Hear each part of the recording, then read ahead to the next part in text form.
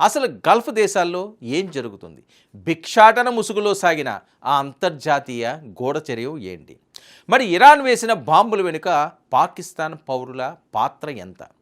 UAE తీసుకున్న ఆ సంచలన నిర్ణయం వెనుక ఉన్న అసలు రహస్యం ఏంటో ఇప్పుడు చూద్దాం. దుబాయ్, అబుదాబి అంతర్జాతీయ విమానాశ్రయాలు సాధారణంగా అక్కడికి వెళ్ళే విదేశీయులకు ఘన స్వాగతం పలుకుతాయి.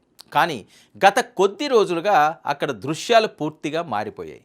వందలాది మంది పాకిస్తాన్ పౌరుల చేతులకు సంఖ్యలతో తలదించుకుని కన్నీళ్లతో విమానాలు ఎక్కుతున్నారు.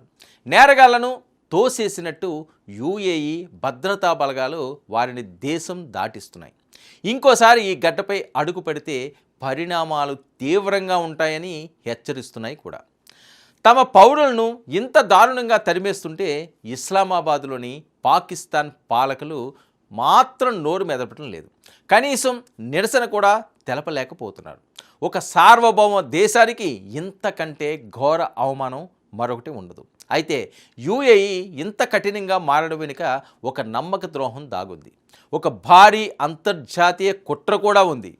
సరిగ్గా గమనిస్తే మధ్యప్రాచ్యంలో అమెరికా బలగాల కదలికలు మరియు వ్యూహాత్మక యుద్ధ క్షేత్రాల ఏర్పాటుకు యూఏఈ రహస్యంగా అనుమతించింది.